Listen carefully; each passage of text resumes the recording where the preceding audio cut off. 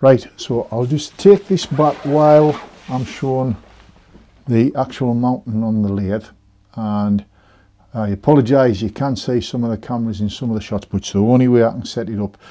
The overhead, for example, it's way over that side. I'm standing straight now, but it looks as though I'm leaning over, so for me to look straight in the camera I've got to lean over this way, and it's just the different angles of the cameras. So I've got the piece of beech here, and I've got my good quality screws. It is heavy. There we go, lovely bit of beech.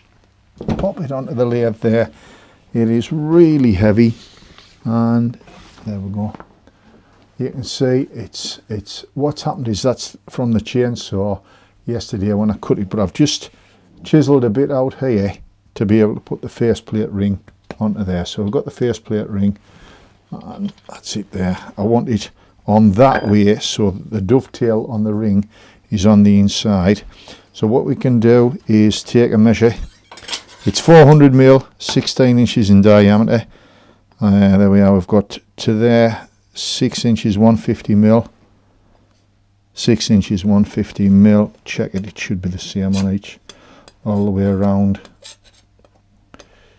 Then it is, and then on here, last but not least, 6 inches, 150 mil. So I can screw that onto there, and I'm confident that that's more or less central. I'm going to double check it because it is a heavy bit of wood, and I want it balanced as well as I possibly can get on there.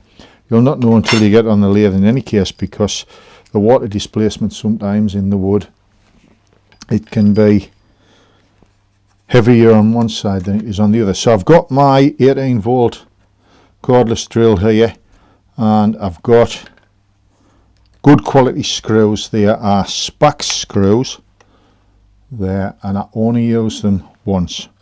I take them out and I throw them away. Well, I don't throw them away, I use them for another job, but only once when it comes to putting them onto wet wood.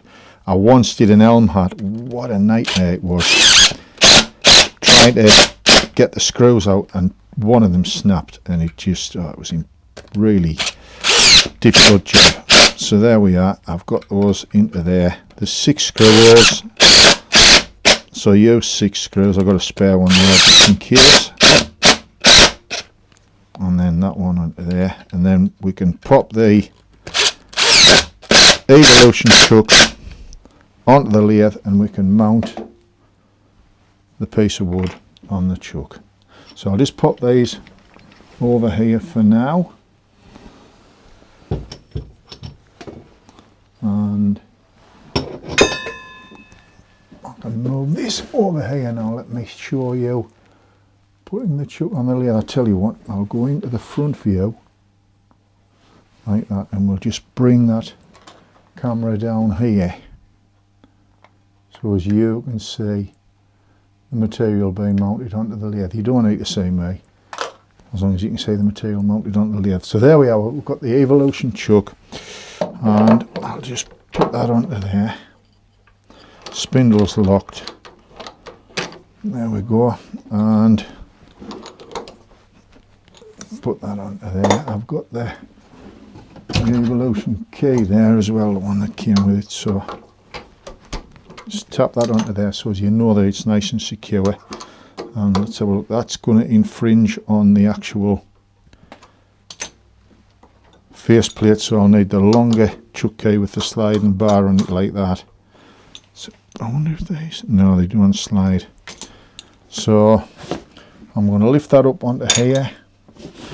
As I said before, it is heavy. In some cases when I've made hats I've used a block and tackle, but I should be able to just put that onto there and tighten that up with that. There we are. Once I get it just about tight, I can bring the tailstock up there, and I can knock the spindle off, check around there, it's just leaning off that side there, so tighten it up a bit more. I'll just nip it up a bit tighter there. Let's have a look there. So I'm going to put a tailstock in a revolving tailstock centre, and I'm just going to keep that. probably going to use this cardboard to protect the lathe bed as well, and I'll bring tailstock centre up here, put my revolving tailstock centre into there. Now the one that I like to use is a ring centre, and this is the Record Power ring centre, one of the new range of the Falcon and Hawk centres.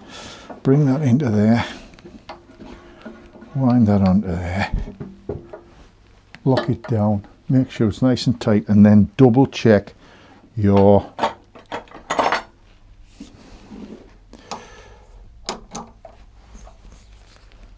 chuck is tight on there.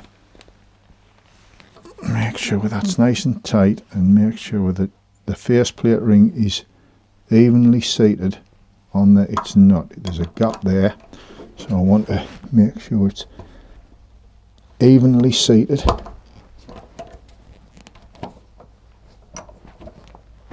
There, there's no gap now.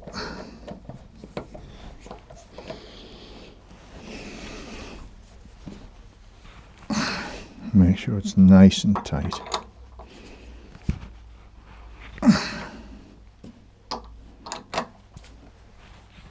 That's him, tight onto the jaws of the chuck, the faceplate ring. You can see there is some displacement there with it swaying backwards and forwards, and we'll take a look at a view from tailstock there. I'll just move that up. There we are. And we'll take a view from, we'll just zoom out so as you can see a little bit more. That's the wrong way. There we are.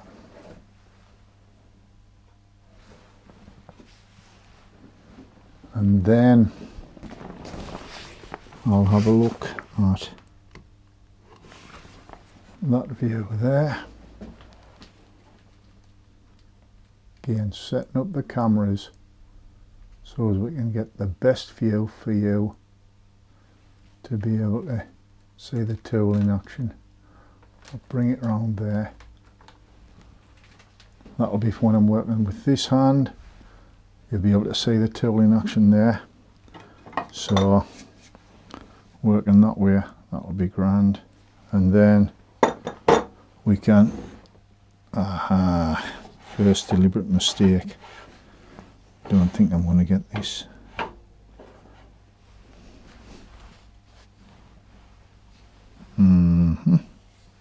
Maybe I might be able to get that. Down this way. Yes, lucky. There we are. Because this is 18 inches over the bed here. What I'll have to do is loosen the tailstock off, wind it out so the quill's out farther than I would normally like it, lock it off, wind it onto there, lock off the spindle to get the banjo so that it's far enough away that the wood doesn't, it does. I'm going to have to go a bit more. Let me show you from above. There, wind that out. There. That's so that when I tighten it onto there and I'll lock it, bring that across to here, and that now, if I put it straight, no, it's catching. Still needs to go a little bit. All of this setting up is important. Another 12mm, half an inch.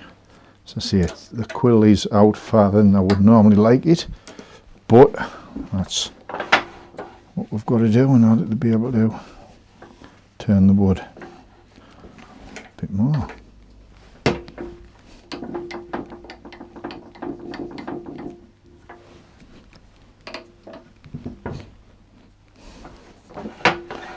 This is probably the biggest bit of wood I've turned on the Powermatic since I bought it. So there we are, that's okay like that. We're going to zoom out I'll move the camera that way a bit. There we are. That's a better view. Zoom out onto there, then you can see the actual tool rest on here and the tool working. Let me bring that across there. That'll be better to be able to see where the tool is. So that's the view from above. That's the view from the side. That's the view from the front. And the end. So that's more or less it. So in two, we've got two different angles there. There we go. And now we're all set up, ready to rock and roll. I'm just going to manually focus all of the cameras, and then we shall be good to go.